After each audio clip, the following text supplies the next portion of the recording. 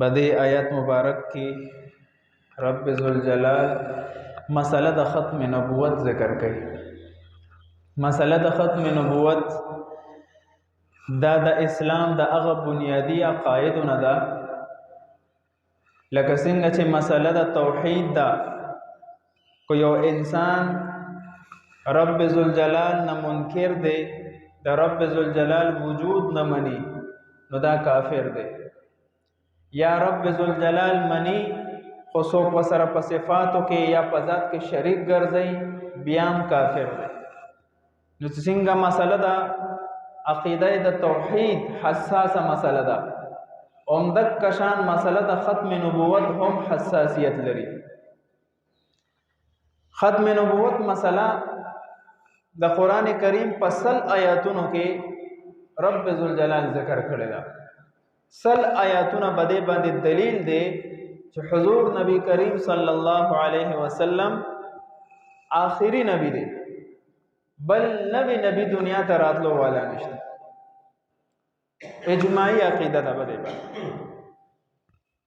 دا حدیث مبارکو په ذخیره کې 210 احادیث مبارکه او حدیث متواتره دا په مسله د ختم نبوت باندې دلیل دی.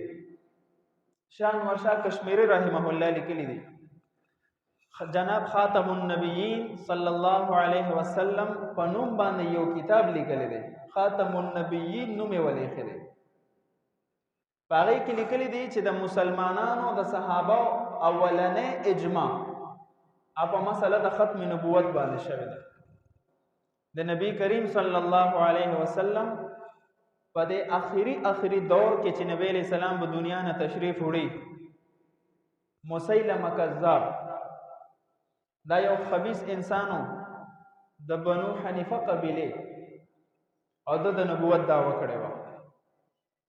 نو نبی کریم صلی الله علیه وسلم په خپل باندې حضرت حبیب ابن زید رضی الله عنه هغه د پسې ولېږلو چې ګوره د دې خبرو نه منع شه، ورنه اعلان جنگ دی.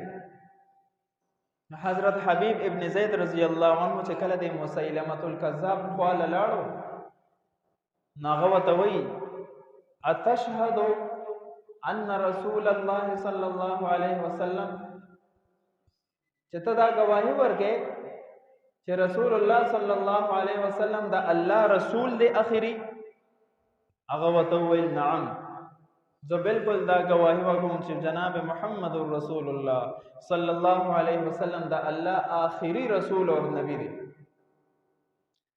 بیا وته مسیلمه الکذاب وی اتشهد انی رسول الله، دا گواهی ورکې چې زم دا الله رسول یم.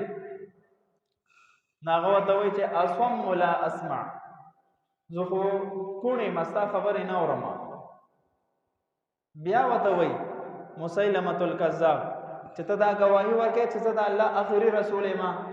حضرت حبیب رضی الله عنه ته فرمایي انا اصم لا اسمع، زه خو کونی مکون نه اورم ستا خبرې چې ته څه وایې. ففعل مرارا، سو پیرې وته دا خبرې دهرو کې دی ظالم. فقطعه مسیلمه عضوا فمات شهیدا، حکم یو کو یو عضو به ته کټ کولا، لاس ته کټ کو.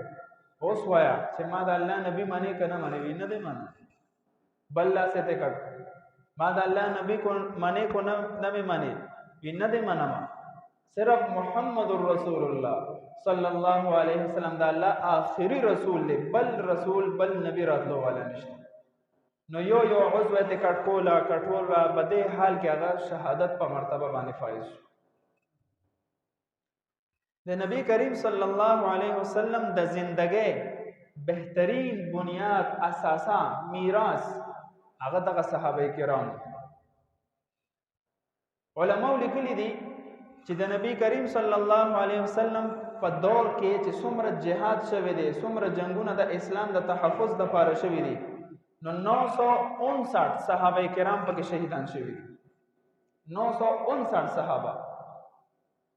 خو چې کله مسله د ختم نبوت رااله، نو اولنې جنگ د مسله ختم نبوت د تحفظ د پاره چې شوی دی د ابوبکر صدیق رضی الله عنه په دور خلافت کې په اولنی جنگ کې د یمامې په میدان کې چې کوم جنگ شو 1200 صحابه کرام پکې شهیدان شو.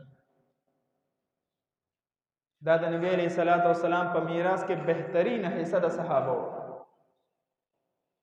په ټول جنگونو کې 959 صحابه او مسله د ختم نبوت په اولنی جنگ کې 1200 صحابه کرام شهیدان شو. پاغه کې 900 د قران کریم حافظان څومره لوی سرمایه په مسله د ختم نبوت باندې قربان شو. معلومیږي دا چې دا مسله ډېره اهمه ده او اهمه څومره ده. رب ذوالجلال په خپل اعلان کوي ما کان محمد ابا احد من رجالکم ولكن رسول الله وخاتم النبیین.